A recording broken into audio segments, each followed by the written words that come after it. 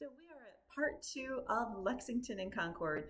Lexington, you, Smith, you're a British officer, faced down with about 70 rebels. You have 700 redcoats behind you, so it wasn't much of a battle. But there were shots fired, and one of your underlings said to you, maybe we shouldn't even go to Concord. These rebels are pretty riled up. But you say, we are not going back. We are going on to Concord. Well, it turns out maybe not such a good thing because you will go to Concord. So you're in Lexington.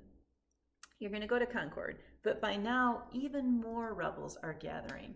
And you get there and you're pretty ticked off because they have actually already moved the supplies. So you take whatever you can find and burn it, kind of in a like ticked off mood.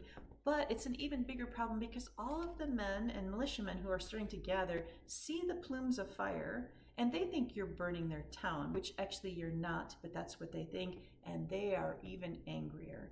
So between that and you have another fight on your hands, so to speak, you decide maybe as they're getting more and more of these rebels, you need to get back to Boston, to the safety of Boston.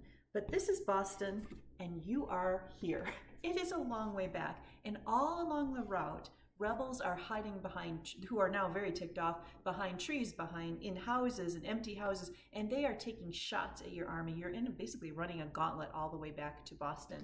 And at the end of the day, you'll have lost 3 times more soldiers than the rebels. And you were supposed to be the greatest army on earth. So this is the first big fundamental shift in the American Revolution. Anyway, thanks for letting me share. That was fun. I'll see you tomorrow.